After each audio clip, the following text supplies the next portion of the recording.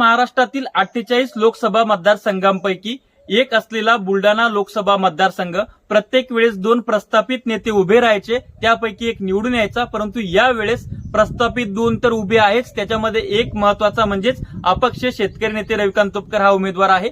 मशालचे उमेदवार नरेंद्र खेडेकर आहेत, अर्थात महाविकास आघाडीचे आहेत. त्याचबरोबर धनुष्यबाणाचे उमेदवार प्रतापराव जाधव आहेत. तर या तिघांमध्ये ही तिरंगा लढत होण्याची शक्यता आहे. आपण मतदारसंघानिहाय म्हणजे त्या ठिकाणी आमचे जे 6 विधानसभा मतदारसंघ आहेत, मेखर लोणार आहे, सिंदखेडराजा देऊळगाव राजा आहे, त्यानंतर चिखली आहे, त्यानंतर बुलढाणा आहे आणि जळगाव जामोद आहे आणि खामगाव आहे. तर याच्यापैकी कोणाला कशा पद्धतीनं लीड लाईट, लोकांच्या प्रतिक्रिया काय आणि एकंदर तो आपण अंदाज बांधलेला आहे. ते संपूर्ण विश्लेषण आणि नेमकं कोण बाजी मारू शकतं, कोण उजवा आहे, हे आपण आपल्या ज्ञानेश्वर खरात पाटील युट्यूब चॅनलला त्या ठिकाणी बोललेलो आहे. त्या ठिकाणी जाऊन संपूर्ण व्हिडिओ तुम्ही बघू शकता. तुर्तास थांबतो आपली रजा. आपला ज्ञानेश्वर खरात पाटील. धन्यवाद.